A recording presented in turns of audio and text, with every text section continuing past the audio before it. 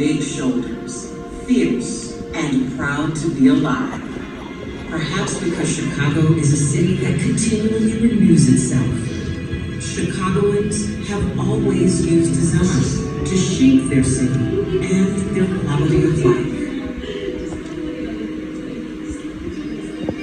The sparsely settled banks of the river were home to a native people called the Potawatomi, who traded in furs and grains.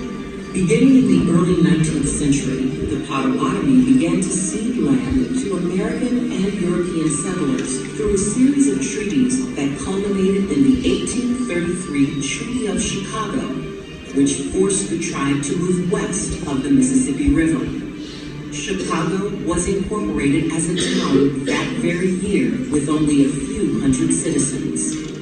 But its destiny as a metropolis was soon set in 1836 when construction began on a canal linking the Great Lakes to the Mississippi River, thereby connecting Chicago to every vital port in America.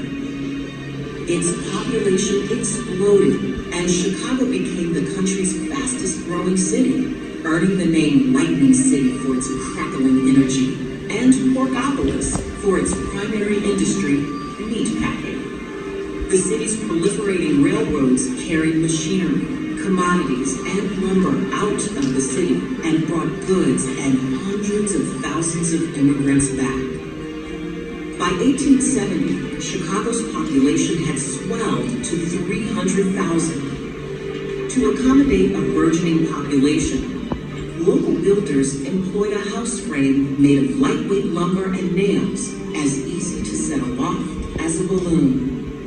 This balloon frame was employed for residences, warehouses, and institutional buildings, and aided the city's rapid growth. On October 8, 1871, a fire sparked and roared into an inferno a mile wide and 3 miles long north to south. When the winds abated 2 days later, more than 17,000 buildings were destroyed. 300 people had died, and a third of the population, 100,000 people, were homeless. Newspapers called the Chicago fire the night America burned. The immediate task was to rebuild a fireproof city. Surviving structures offered clues. The wooden balloon frame buildings had aided the fire's spread, while brick, stone, and terracotta withstood the flames. Chicago architects quickly put these materials to work. Emerging innovations, fireproofed iron, steel frames, safe passenger elevators allowed Chicago buildings to climb above 5 stories. The rise of the skyscraper had begun. Louis Sullivan, with Dankmar Adler, pioneered structural innovations and fashioned elaborately ornamented buildings. As Chicago emerged, reborn, its architects and business leaders came up with grand plans for re-envisioning the city. At the 1893 World's Columbian Exposition, Daniel Burnham showcased his vision for Chicago as an orderly and humane place to work and to live. Burnham's 1909 plan of Chicago was a culmination of lessons learned at the exposition. The plan offered Chicago a blueprint for growth. To this day, Chicago is renowned for Burnham's triumphs. The multi-level Wacker Drive, an emerald necklace of boulevards and parks, a lakefront free and clear. This influential urban design spurred an unparalleled building boom in the years after World War I and before the Great Depression. Evolving materials and innovative shapes produced architectural icons. If Daniel Burnham shaped the cityscape, Frank Lloyd Wright's Prairie School designs created an ideal of the American suburban home, how people lived on the inside by pioneering the open floor plan, and how it looked from the outside. Global unrest brought Ludwig Mies van der Rohe, who influenced generations of architects to shed historic styles and embrace a design approach of less is more. World War II brought new manufacturing facilities to Chicago that laid the groundwork for subsequent development.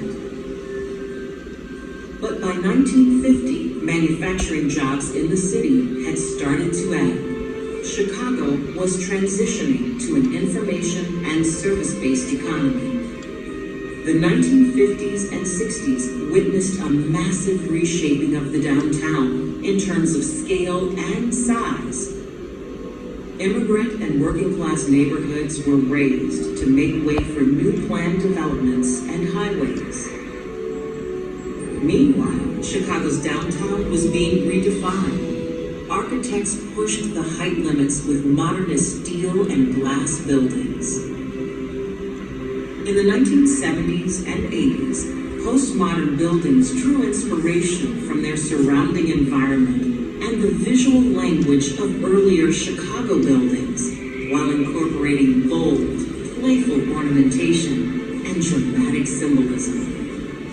But as the 20th century came to a close and the population of Chicago neared 3 million residents, the city was faced with a new challenge: how to use design to remake the city's fabric once again, this time to better serve the needs of city residents. The success of Millennium Park, which brought together architecture, landscape design, art, music, and family activities, has reignited the downtown living experience. Public spaces have become fundamental elements of a vibrant, livable city in the 21st century. Chicago is a global leader in the smart city movement, gathering varied kinds of data to inform decisions and planning. As it has been in the past, Chicago is a model and laboratory for cities everywhere. Chicago, the city of architecture. Come explore it with us. You'll never see the city the same way again.